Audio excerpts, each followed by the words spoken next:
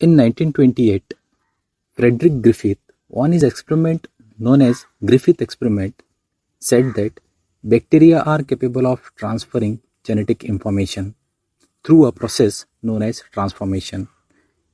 And now in this video, we will learn about Griffith experiment. Griffith performed transformation experiments with the two different strains of the bacteria. The name of bacteria is Diplococcus pneumoniae, which is now named as Streptococcus pneumoniae. He used one is virulent strain and another one is a virulent strain. Virulent strains means it can cause pneumonia in certain vertebrates such as mice and humans. And avirulent strains, it does not cause pneumonia. The difference between this virulent and avirulent strain is polysaccharide capsule on the bacterium. The virulent strains have this capsule, hence form smooth colonies on agar culture plate, whereas avirulent strains do not have this capsule, hence they form rough colonies. Now you might be thinking, why only virulent strains of bacteria can cause pneumonia and why not avirulent? This is because the avirulent strains, I mean non-capsulated bacteria, are radially engulfed and destroyed by phagocytic cell. And in virulent bacteria, which possesses the polysaccharide capsule, are not radially engulfed. Hence, they are able to multiply within the host and can cause pneumonia. Each strains of Diplococcus may be of different serotypes, that is 1R, 2R and 3R, or 1S, 2S and 3S.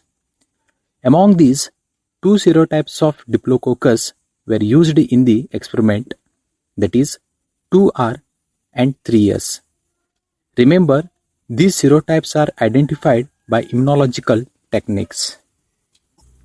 The serotypes 2R, it forms a rough colony because of absence of polysaccharide capsule, and it's a avirulent, means it does not cause a pneumonia.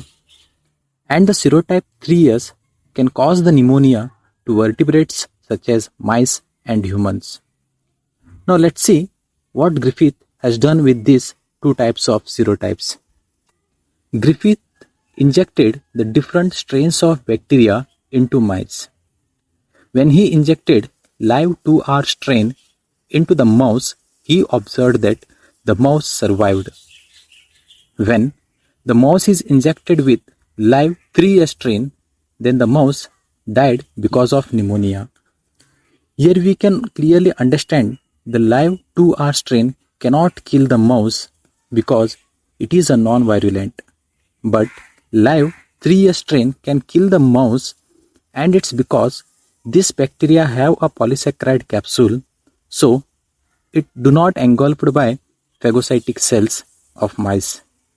So it gets multiply within the mouse and kill the mouse with pneumonia. Now, when he injected the heat-killed 3S strain into the mouse survived. In previous, we observed that live 3S can kill the mouse, but here it's a heat-killed 3S strain. Because of heat-killed, the capsule got damaged, hence it's become a avirulent, so the mouse is survived. And now it's very important. He injected the mouse with the heat-killed 3S strain along with the live 2R strain. Here we know that alone heat-killed 3S strain or alone live 2R strain cannot kill the mouse. But result was surprising and it was unexpected. The mouse died in this case. Now it's like a biggest question here. Who killed the mouse? The answer is the genetic information from dead 3S strain bacteria passed into 2R bacteria, and To our bacteria become a virulent means it developed a capsule. This is what we are calling transforming principle.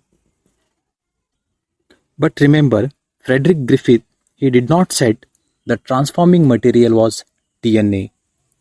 Later, in 1944, Oswald Avery, Colin MacLeod, and MacLean McCarthy revisited Griffith experiment and concluded that transferring material was pure DNA, not a protein or not RNA. And about this, we will see in next video. Thank you for watching this.